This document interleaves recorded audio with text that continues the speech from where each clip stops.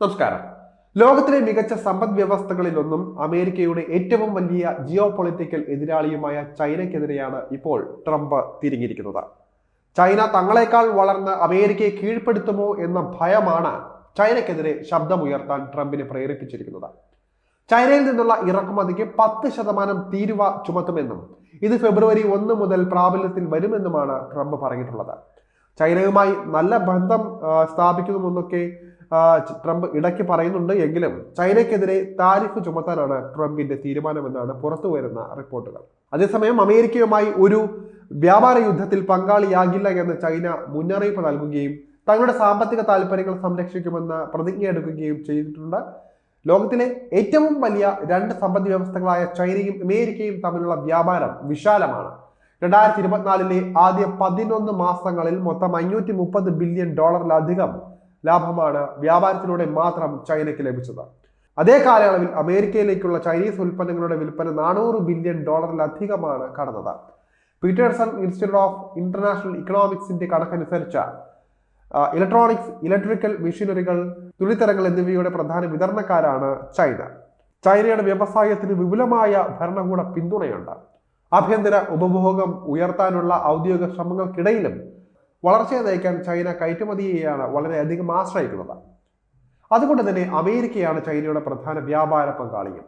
ചൈനയുടെ വാണിജ്യ മേഖലയിൽ ഉണ്ടാകുന്ന ഈ വളർച്ചയിൽ ട്രംപിനുണ്ടാകുന്ന അസ്വസ്ഥത ചില്ലറയൊന്നുമല്ല. തങ്ങളെ കടത്തിവെട്ടി ആധിപത്യം സ്ഥാപിക്കാൻ ചൈന തയ്യാറെടുക്കുന്നുണ്ടോ എന്ന ഭയമാണ് നിലവിൽ അമേരിക്കയെ ചൈനയ്ക്കെതിരെ തിരിച്ചിരിക്കുന്നത്. പക്ഷേ അതൊന്നും ചൈന കാര്യമായി എടുക്കുന്നില്ല. അമേരിക്കയുടെ ഭീഷണികളൊന്നും തന്നെ ചൈനയുടെ വ്യാപാര മേഖലയെ തെല്ലും അനക്കിയിട്ടില്ല എന്ന് മാത്രമല്ല, ചൈനയുടെ മൊത്തത്തിലുള്ള കയറ്റുമതിയും കുതിച്ചുയരുകയാണ് ഉണ്ടായത്. ഇതിനു മുൻപും അമേരിക്ക ചൈനയ്ക്കെതിരെ നീക്കങ്ങൾ നടത്തിയിട്ടുണ്ട്. 2016 വൈറ്റ് ഹൗസിലേക്കുള്ള ട്രംപിന്റെ വരവോടെ ചൈനയുമായി തുല്യത നേടുമെന്ന് അദ്ദേഹം പ്രതിജ്ഞയെടുത്തിരുന്നു. അമേരിക്ക $100 ബില്യൺ ചൈനീസ് ഉൽപ്പന്നങ്ങൾക്ക് ഗണ്യമായി താരിഫ് ചുമത്തി. എന്നാൽ ചൈന അമേരിക്കയുടെ മുന്നിൽ മുട്ടുമടക്കിയില്ല. അമേരിക്കൻ ഉൽപ്പന്നങ്ങൾക്ക്, പ്രത്യേകിച്ച് അമേരിക്കൻ കർഷകരെ ബാധിക്കുന്ന അല്ലെങ്കിൽ അവരുമായി ബന്ധപ്പെട്ട വസ്തുക്കൾക്ക് താരിഫ് ചുമത്തി ചൈനയും അതേ ട്രാക്കിൽ തിരിച്ചടിക്കുകയായിരുന്നു. ഒന്നും കൃത്യമായി ഏൽക്കാതായതോടെ അമേരിക്ക ചുവട് മാറ്റി.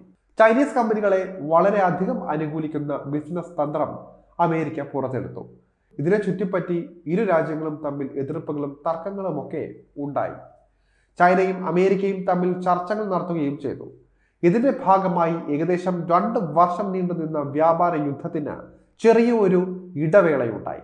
അതുപ്രകാരം $32 ബില്യൺ ഫാം ഉൽപ്പന്നങ്ങളും സമുദ്ര വിഭവങ്ങളും ഉൾപ്പെടെ $200 ബില്യൺ മൂല്യമുള്ള അമേരിക്കൻ സാധനങ്ങൾ ഇറക്കുമതി ചെയ്യാൻ ചൈന സമ്മതിക്കുകയായിരുന്നു. എന്നാൽ കോവിഡിന്റെ വരവും അമേരിക്കയിലെ സാമ്പത്തിക മാന്ദ്യത്തിന്റെയും പശ്ചാത്തലത്തിൽ ഈ കരാർ നടപ്പിലായില്ല. എന്നാൽ ട്രംപിന് ശേഷം വന്ന ജോ ബൈഡൻ തന്റെ മുൻഗാമി ചുമത്തിയ വർധനവ് പിൻവലിച്ചില്ല എന്ന് മാത്രമല്ല, ചൈനയിലേക്കുള്ള അത്യാധുനിക ചിപ്പുകളുടെ കയറ്റുമതി തടയുന്നതിനുള്ള ശ്രമങ്ങൾ നടത്തുകയും ചെയ്തു. ചൈനയുടെ സൈനികപരമായ വളർച്ചയെ തടയുക എന്നതായിരുന്നു അമേരിക്കയുടെ ലക്ഷ്യം.